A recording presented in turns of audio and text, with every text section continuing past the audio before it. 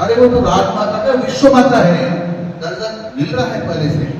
भगवान कृष्ण भी उनको चलाने के लिए जाते थे और भगवान कृष्ण की सबसे प्यारी माँ थी तो गौ माता थी। इसलिए हम लोग भगवान राम और कृष्ण के वंशज थे, तो हमारे अग्रजों ने या पूर्वजों ने तो माता माना है, तो माता मानने से हम कैसे छोड़ सकते हैं। सर चुनावी बात करते हैं, चुनाव में क्या माहौल देख रहे हैं, क्या लग रहा है, क्या फीडबैक आपके पास? आप देखो आज आया, अभी तो मैं आपसे फीडबैक ले रहा हूँ, आप बताइए कैसा है। मित्रों ने बताया होगा आपके साथ। भारतीय जनता पार्टी महाराष्ट्र के जो सदस्यता अभियान चलाती है, फिर भी उसके आशानुरूप परिणाम आपसे पहले के नहीं। अभी चुनाव के लिए आए हो, चुनाव बन के रहेगा तो अच्छा रहेगा। आप उस पर सदस्य बनाते हो, उसके अनुसार तो आपको प्रचार प्रसार की जरूरत नहीं करनी चाहिए।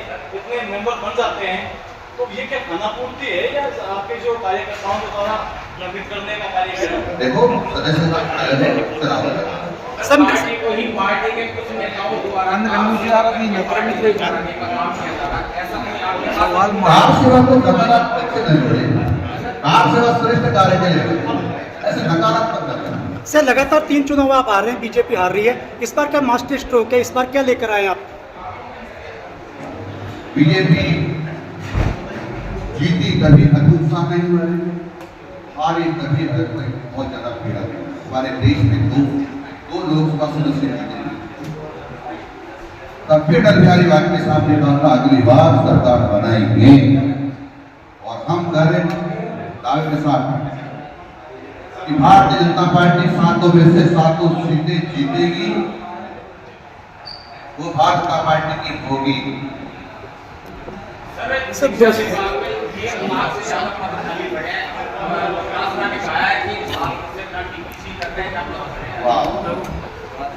यही तो रो रहे हैं हम लोग, उनके शासन में वो भरे नहीं गए।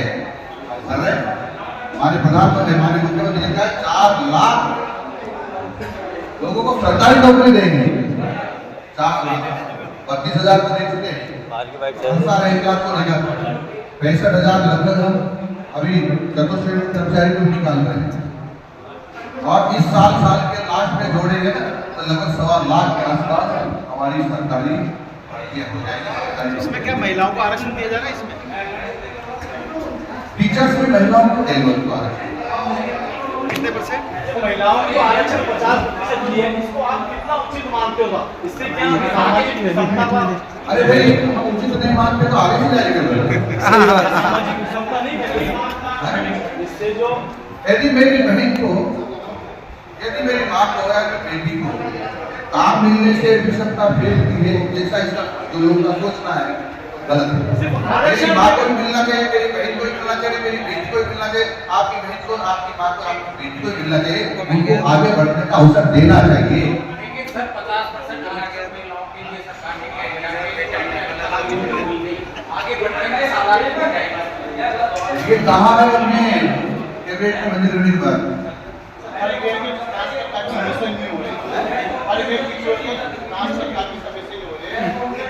चुनाव की बात बना है, विचार विमर्श चल रहा है, उसमें प्रदेशों का भी ट्रांसफर नीति का अध्ययन हो रहा है, ट्रांसफर नीति बनेगी, उसके हिसाब से काम होगा।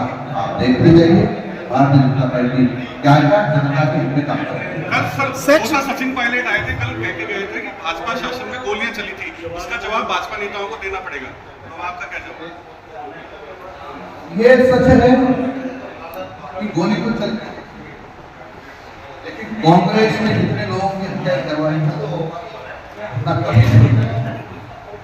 उन्होंने तो दिल्ली में जो सिद्धू को मारा, उनको मंत्री बनाने बड़े बड़े होते सर सिद्धू की प्रयास पूरी की गई कांग्रेस के राज में, और कांग्रेस के नेता करते बड़ा पेड़ होगा, वो हजारों लोगों की हत्या करने वाला हत्या को एक छोटा सा कंपन मानते हैं, एक कंपन मानते हैं।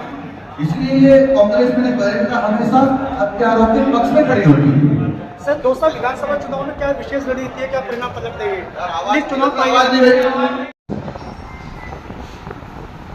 हमारे देश में बिल्कुल हमारे रहने का अधिकार है। मित्रों मैं कहता हूँ हमारे पूर्वजों से ज्यादा देशभक्त थे इनके पूर्वज, जिन्होंने मानव प्रताप का साथ दिया, जिन्होंने अंग्रेजों और मुगलों के खजाने लूट करके क्रांतिकारियों का सहयोग किया, जिन्होंने ट्रांसपोर्टेशन शिप के माध्यम से एक जगह से दूसरी जगह खाद्य सामग्री पहुंचाए बच्चारों ने, ये मुसीबत नहीं होती। हमारा मनोरंजन करने के लिए नट और भाट कई प्रकार के कार्यक्रम करते थे कि हम सब खुश रखने के लिए, हमारी रक्षा करने के लिए और क्रांतिकारियों में सहयोग करने के लिए भी काम करते थे। इसलिए मैं कहता हूँ कि हमारे पूर्व से ज्यादा देश पर होते, इसलिए इनका सम्मान करना नितांत आवश्यक है। भारतीय जनता पार्टी चाहती है सब किसानों को पूरी बिजली और उसने प्रारंभ कर दिया, करोड़ों रुपए के एमओयू हुए, सबको पानी मिले और इसलिए कई प्रकार की योजनाओं की उनको स्वीकृति जारी की। हमें काम भारत पार्टी का सोच है किसी भी किसान के खेत में पानी न जाए, ऐसा नहीं किसान नहीं रहना चाहिए। चरणबद्ध तरीके से हम यानी भारत पार्टी सबके बारे में सोच रहे हैं। पर्यावरण के बारे में तो कांग्रेस ने कभी सोचा है? पेड़ लगाने के बारे में नहीं सोचा।